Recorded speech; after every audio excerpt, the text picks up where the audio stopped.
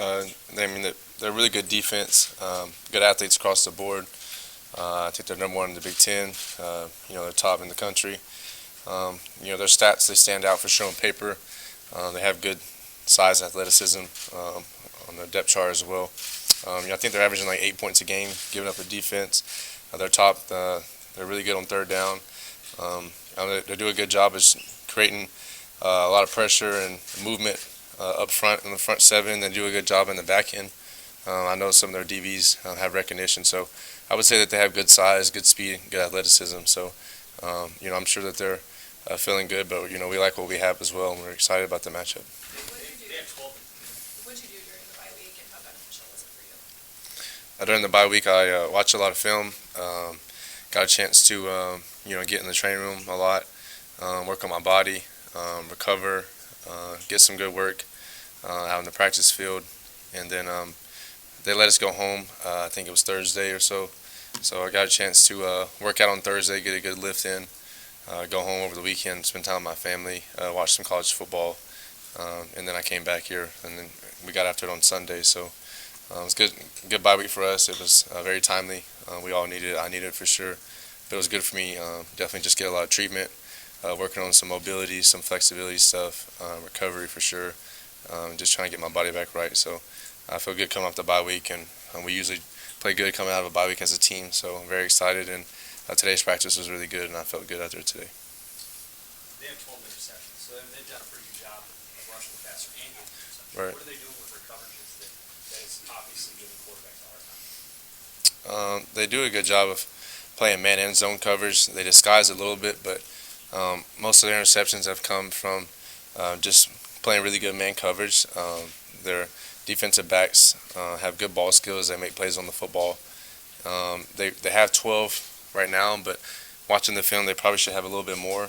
They've dropped a couple of interceptions, and so they definitely could have 15 to 20 for sure. But just watching all the film and stuff, not a lot of teams have had success passing the ball, but I don't really feel like that. That I don't feel like they've played. We have good receivers and we have explosive players on our offense, so I'm excited about the matchup and the opportunity, and we'll be ready to go. Casey, what do you expect these upcoming opponents to do in pass defense as a reaction to the success that Trey Palmer has had in the last game? Yeah. What kind of opportunities does that possibly open up for some other targets of yours? When Trey gets going, obviously it opens up the pass game because he's explosive. He has really good yards after the catch. He's fast. But, Trey does a good job of just running his routes and running hard. So sometimes, he may attract two defenders, and, that allows us to find more open receivers, and other people will come open. But, Illinois so far, they've done a good job, like I said, just playing the coverage that they play. And most teams that we go against, they just run their base defense.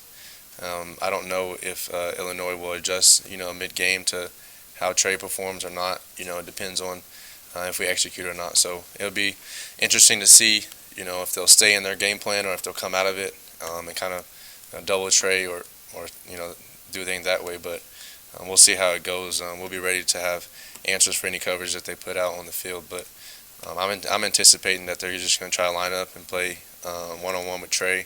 And we'll see who wins on Saturday. So, like I said, I'm excited about the matchup, and Trey's ready for the opportunity. He's been looking really good at practice, and obviously, he's getting better and better each week with each game. So, I think Trey has all the confidence in the world, and we have great chemistry right now. And Trey's getting as good as he's played. He's actually getting better at his route running, and he's getting better at catching the balls. And he's doing a good job at tracking the deep balls. For a fast guy like that, when you're running full speed, it's not easy to track those deep balls, and he's doing a good job of that, and it starts in practice. So I like where we're at. Everybody knows he's fast, but does he surprise people even when they're on the field with him, just how fast he is, or does he Yeah. still catch people off guard a little bit? I mean, we all know Trey was fast. I remember when he came here, on paper he had like a 10.2 or 10.300 meter or whatever he was, and then as a senior in high school, and then I saw on paper he ran a 20.19 or something like that in the 200 meter, which is crazy fast.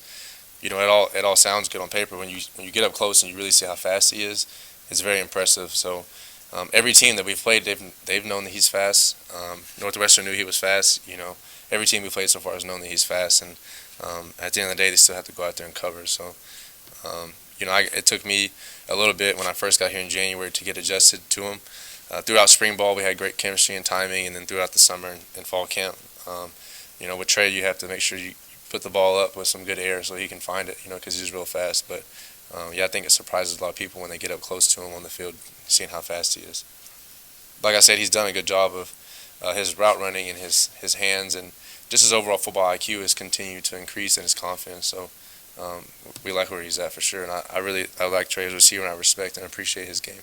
I know you're taking it week by week, but is there a jolt in the step when you look at the West? I mean, it's still just there. Like Purdue loses this week, and Yeah. the standings are there. Do you not even think about that much? Yeah, I mean, I watched college football last week. I mean, every week is crazy. Across the country, you never know who's going to win or lose, but we have to just focus on winning each game and focus on the matchup. But I'm not really trying. It's good to have a big picture mindset, but also narrow focus and kind of have that flashlight mentality of being able to lock in on one opponent at a time, but having the awareness to know what's going on around the country. So try not to focus on what everybody else is doing and just focus on our opponent. But like I said, if we don't go out there and win every Saturday, then it doesn't matter who wins or loses across the country. So I try not to pay attention to that too much. I know people in the building and everyone else that pays attention to college football kind of keeps track of who wins or loses. But at the end of the day, to me, it's simple. If we go out there and we win every game, then we're going to be in a good position at the end of the year. If we go out there and lose, and like I said, it doesn't matter. So I try not to worry about what's going on. I just try to focus on winning the game each week. I know it's different when it's a road game versus a home game, but how do you feel like moving pre-snap protections has gone this year with you and the offensive line? I like road games a lot. The only reason why I don't, it's harder on the road as a team, as an offense, because when you get into different stadiums and they have all these tactics and antics to make the stadium louder. They play third down music and the band is right behind us, and they put the student section behind us and stuff. So makes us go on silent count. So it's not easy to communicate on the road, but I enjoy road games just because kind of being in a different stadium and being the villain is cool. But at home, it's very easy at home because we're able to communicate on the field. We're able to, I can hear the offensive line make calls, and we usually have, less pre-snap procedure penalties. So it'll be good to be back at home, and hopefully whenever we're on defense, our crowd will do a good job of being a distracting factor for the other team and being loud on third down, also on first and second down. So I really like for the Husker Nation to get loud so we can create that effect on other teams, but I think that we'll be fine. And then so far this season, I think that, like I said, other than a couple of games on the road, especially at Rutgers, we had a hard time communicating up front, but the rest of the season I felt fine. I really like our leadership by Trent Hickson, our center. He does a really good job at setting protections and also identifying the fronts and the blitzes that are coming. So we'll be fine. Like I said, we'll be ready for whatever. And here recently we've done a good job with the offensive line coach, Coach Raiola. We do a blitz pickup meeting with the offensive line, quarterbacks and running backs. We've done that more recently the last few weeks, and that helps me as a quarterback just kind of feel comfort in knowing that they know where the guys are going to blitz from, and then we just have to go out and execute on Saturdays. Casey, somebody who's been around 4 head coaches in your career, seems to have a good handle on everything that's going on in the sport. What's your perspective, your observations of Coach Joseph over these last 6 weeks, just how he's stayed opponent, and there's obviously been a lot of ice on him? I like Coach Joseph because he brings good energy. He's very detailed and organized. He's very intense and he's passionate, and he brings the best out of everyone. What I like about him is when you walk in the building, whether you're a player or a coach, everything you do is going to be evaluated. Anybody on staff has to do their job, and he holds everybody accountable, and I really like it. I enjoy it. After a win, he's always, almost every day we talk and we meet, and he tells me what he needs from me as a quarterback and as a leader. And I appreciate him because he pushes me. He gets on to me. He probably coaches me. Him and Coach Whip, they coach me just as hard as any coach I've ever had. And they get on to me a lot. And I kind of grew up with my dad on me a lot. And my dad, like I said, my dad was with me when I was growing up, so I'm used to it. I'd rather a coach be more demanding and more aggressive and be more vocal about what they need from me instead of being passive. And I mean, at the end of the day, I'm still a college student. You know, I haven't made it to the pros yet. I'm not a coach, so I don't know everything, and I need to have that hard coaching. I think Coach Joseph does a good job with me, holding me accountable, and the rest of the team, and also the coaches as well. So I like him because he brings energy and passion. But I've been most impressed with him because his organization and his discipline. I mean, every week he's holding guys accountable off the field if we have guys that miss things, whether it's meals or workouts, or if they miss class, or if they're not on time to something. Everyone's held accountable every week, and there's punishment and there's consequences for it. So I really like what he's doing, and no matter what happens next year, Mickey Joseph, he'll always have my respect, and I want him to be around for sure. From what you've seen on tape and from what you know about their personnel, what do you think is the number one thing you guys have to execute in order to be successful on Saturday?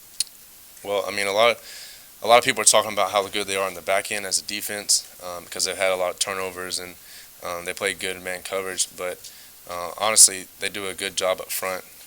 Their defensive line and their front seven is very good, and they do a good job with the run stopping, and they also do a good job in the pass rush. So we're going to have to execute. We're going to have to be able to run the ball, and we're going to have to be able to protect the quarterback, which is going to be me, obviously. So it starts up front for us, and we're going to have to make plays down the field when we have to make plays. But what stands out is, like, we were watching the third down cut-ups, and I think it was like 12 or 13 plays, watching on the tape, and only like 3 or 4 completions were thrown on them out of like 14 or 15 clips. So they do a good job on third down, like I said, and they do a good job up front. But I think for them, everything starts up front, and then it allows their defensive backs to play good technique in the back end. But I think for sure that their front seven stands out on film. Well, a couple of weeks ago, your leg thrown in to Tommy.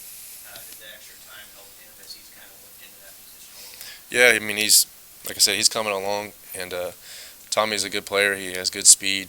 He has a natural feel. He has good routes and good hands. The last game at Purdue, using him on special teams a lot. He wasn't able to have a lot of plays on offense, but having this extra time with Tommy and having the bye week really helped. And like I said, I like where we're at with Tommy, and I've had good chemistry and connection with him. He's easy to throw to, and he has pretty good football IQ. But anytime you move from one side of the ball to the other side